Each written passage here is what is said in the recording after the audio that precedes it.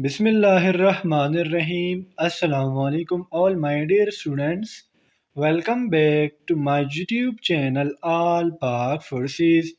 Students आज इंशाल्लाह इस वीडियो में हम पाकिस्तान स्टडीज़ एमसीक्यूज़ के पार्ट नंबर 6 को डिस्कस करेंगे। स्टूडेंट्स वीडियो बहुत ज़्यादा लेट अपलोड कर रहा हूँ पाकिस्तान स्टडीज़ की, और उसके पीछे रीज़न ये है कि टॉपिक्स बहुत ज़्यादा होते हैं।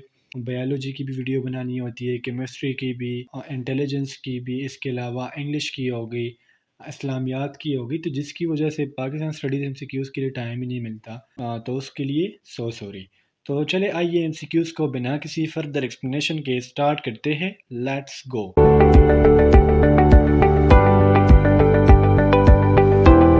हमारा फर्स्ट एमसीक्यूज़ है, Sardar Abdul Rab Nishtar was the governor of.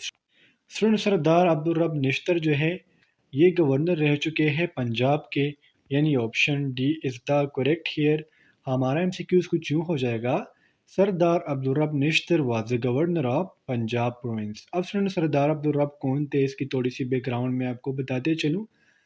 ये पाकिस्तानी मुस्लिम लीग पार्टी से ताल्लुक़ रखते थे।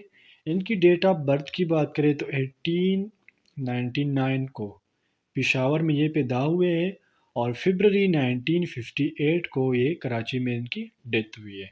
एमसीक्यूज नंबर 2 है हमारा, national code of Pakistan is. Student national code of Pakistan से मुराद इधर सिंपली ये है कि जिस तरह एब्रीवेशंस होते हैं, तो पाकिस्तान को हम सिंपल वर्ड्स में किस तरह लिख सकते हैं, इन्होंने कोड का वर्ड यूज़ किया हुआ है। तो simply students national code of Pakistan जो है ये है PK, यानी option A is the correct here. Students अगर इस तरह आप गूगल पे कभी ये MCQ सर्च मारोगे तो उधर एक और कोड भी आ जाता है +92 का।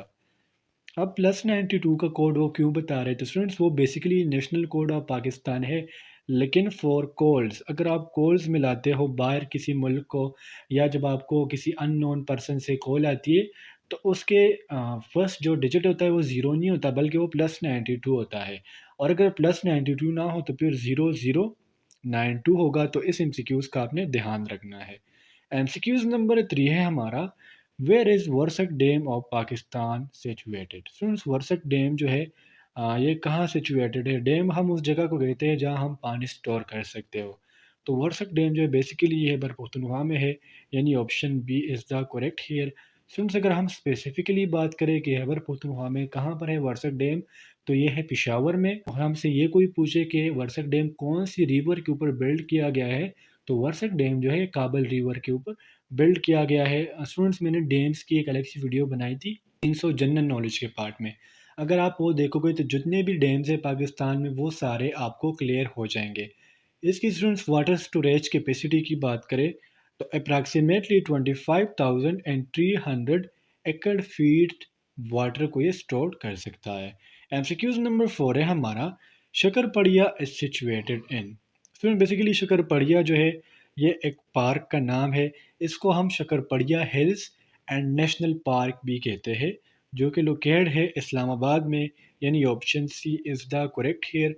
अब स्टूडेंट्स अगर हम स्पेसिफिकली बात करें कि इस्लामाबाद में कहाँ पर लोकेट है, तो ये लोकेट है ज़ीरो पॉइंट इंटरचेंज। ठीक है, आपने याद रखना है, ज़ीरो पॉइंट इंटरचेंज इस्लामाबाद में ये लोकेट है। और मोनूमेंट और म्यूज़ियम जो है ये भी शकरपड़िया के करीब करीब पड़ते हैं। MCQs नंबर 5 है हमारा, identify the largest cantonment of Pakistan. Student first of all तो आप लोगों को कैंटोनमेंट का पता होना चाहिए कि कैंटोनमेंट है क्या। स्टूडेंट कैंटोनमेंट हम उस जगह को कहते हैं, हम उस प्लेस को कहते हैं जो परमानेंटली मिलिट्री स्टेशन हो। परमानेंट मिलिट्री स्टेशन को हम कहते हैं कैंटोनमेंट। स्टूडेंट्स इसको सिंपली वर्ड में हम कैंट भी कहते हैं। हम कहते हैं ना ये नौशहरा कैंट है, ये पेशावर कैंट है। तो नीचे दिए गए कैंटोनमेंट में जो सबसे लार्जेस्ट कैंटोनमेंट है वो है हेरियन कैंट, यानी option D is the correct here. Students Kharian cantt की अगर मैं स्पेसिफिकली बात करूं तो ये Gujrat district of Punjab province में लोकेट है। अगर स्टूडेंट्स हम इसकी कंस्ट्रक्शन की बात करें कि जो हेरियन कंटोनमेंट है या हेरियन कैंट है, इनकी कंस्ट्रक्शन कब स्टार्ट की गई थी स्टूडेंट, 1956 में इसकी कंस्ट्रक्शन स्टार्ट की गई थी। MCQs नंबर 6 है हमारा, which city of Pakistan held the OIC conference in 1997। Student first of all तो आपको OIC का पता होना चाहिए कि OIC है क्या। Students OIC stands for organisation of Islamic countries और 57 स्टेट्स है OIC में, जिसमें 48 कंट्रीज़ जो है वो मुस्लिम्स है। मीन हम कह सकते हैं कि OIC में जो मेजॉरिटी स्टेट्स है या कंट्रीज़ है वो मुस्लिम्स है। अब 1997 में जो OIC का इजलास हुआ था, कॉन्फ्रेंस हुआ था, वो कौन सी सिटी में किया गया था? तो बेसिक स्टूडेंट वो इस्लामाबाद में किया गया था, यानी option C is the correct here. MCQs number 7 है हमारा, in which year was OIC founded? Student जिस तरह मैंने आपको एमसीक्यूज नंबर 6 में बता दिया था कि 1969 में OIC को मुकर्रर किया गया। और कितने कंट्रीज़ थे, कितने स्टेट्स थे? 57 स्टेट्स थे, जिसमें 48 मैंने आपको बताया कि इस्लामिक थे। तो हम कहेंगे हमारा करेक्ट ऑप्शन है ऑप्शन सी। एमसीक्यूज नंबर 8 है हमारा, length of common border of Pakistan and Afghanistan is. सुन, जो पाकिस्तान और अफगानिस्तान का बॉर्डर है उसका जो टोटल लेंथ है वो है 2430, यानी option A is the correct here. इतने किलोमीटर्स बॉर्डर है पाकिस्तान और अफगानिस्तान के दरमियान। और सुन, ये बॉर्डर्स जो पाकिस्तान शेयर कर रहा है कंट्री के साथ, जितने भी कंट्रीज़ है, सबसे ज़्यादा जो बॉर्डर शेयर कर रहा है वो अफगानिस्तान के साथ कर रहा है। एमसीक्यूज नंबर 9 है हमारा, the Kargil incident happened in. Students Kargil basically ये एक जंग हुआ है, एक वॉर हुआ है, किस किस के दरमियान? इंडिया और पाकिस्तान के दरमियान। स्टूडेंट्स फर्स्ट ऑफ ऑल मैं आपको इधर करेक्ट ऑप्शन बता दूं, 1999 में कारगिल वार हुआ है इंडिया और पाकिस्तान के दरमियान। कारगिल वार को स्टूडेंट्स हम सेकंड नाम देते हैं कारगिल कन्फ्लिक्ट का। अब स्टूडेंट्स क्वेश्चन अराइज होता है जहन में कि इसको कारगिल इंसिडेंट या कारगिल वार या कारगिल कन्फ्लिक्ट क्यों कहते हैं? क्योंकि ये जो वॉर है ये कारगिल डिस्ट्रिक्ट ऑफ कश्मीर में लड़ा गया था, तो उसके बाद इस वार का नाम हुआ कारगिल वार। एमसीक्यूज नंबर 10 है हमारा, which country assisted Pakistan in the construction of Saindak project? Students ये बेसिकली संदक एक प्रोजेक्ट पाकिस्तान ने किया हुआ है और इसमें पाकिस्तान की जिस कंट्री ने हेल्प की थी वो है चाइना, यानी option A is the correct here. Student Saindak project ये एक जगह है चगई बलूचिस्तान में और उधर पर बहुत ज़्यादा कॉपर और गोल्ड है, तो इसलिए संदक जो है ये एक प्रोजेक्ट है पाकिस्तान का और इसमें पाकिस्तान की हेल्प की थी चाइना ने।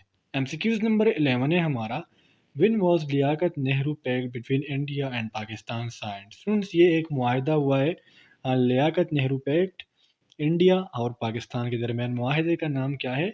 लियाकत नेहरू पैक्ट। और ये साइन हुआ है इंडिया और पाकिस्तान के दरमियान इन 1950, यानी option C is the correct here. MCQs number 12 है हमारा, who was the first woman governor of State Bank of Pakistan? State Bank of Pakistan को हम शॉर्टली लिखते हैं SBP। और जो फर्स्ट रोमन गवर्नर थी स्टेट बैंक ऑफ पाकिस्तान की वो थी डॉक्टर शमशाद अख्तर, यानी option D is the correct here. Students State Bank of Pakistan जो है ये कब बनाया गया? तो students basically state Bank of Pakistan जो है जनवरी 1948 में ये बैंक बनाया गया था। एमसीक्यूज नंबर 13 है हमारा, Mirpur is famous city of. Student Mirpur जो है ये एक फेमस सिटी है आज़ाद कश्मीर की, यानी option A is the correct here. Basically students इसके फेमस होने की जो वजह है वो इसकी शॉपिंग मॉल्स है। इसमें बहुत ज़्यादा शॉपिंग मॉल्स है, शॉपिंग के लिए ये इलाका मशहूर है, इसलिए ये आज़ाद कश्मीर की एक फ़ेमस सिटी है।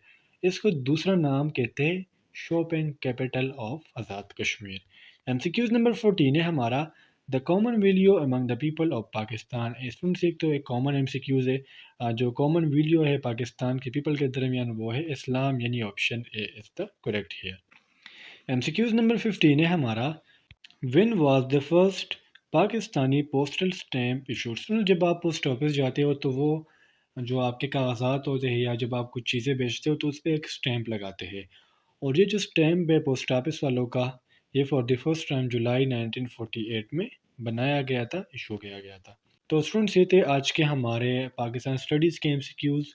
उम्मीद करता हूँ आपको इन एमसीक्यूज़ की समझ आ गई होगी। और अगर फिर भी आप लोगों को कोई कन्फ्यूजन हो, कोई डाउट हो तो आप मुझसे कमेंट सेक्शन में पूछ सकते हो।